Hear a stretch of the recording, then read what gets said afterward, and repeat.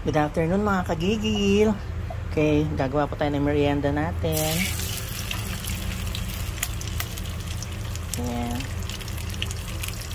Magbaburger po tayo.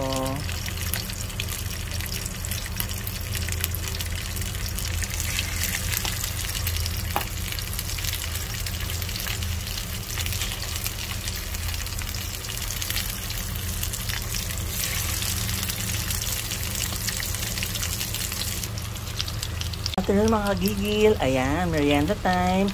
Gumagawa po ako ng burger. Yan po ang ating merienda ngayon mga kagigil.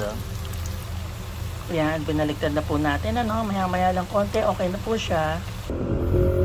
Ayan. Wala po akong hamburger buns. Kaya ito na lang gagamitin ko. Pwede naman. Ano yung meron dyan sa bahay nyo? Na tinapay, pwede naman Tignan natin yan. Malinis pa yung kamay ko, maglagay tayo ng cheese. Yan. Tapos ketchup.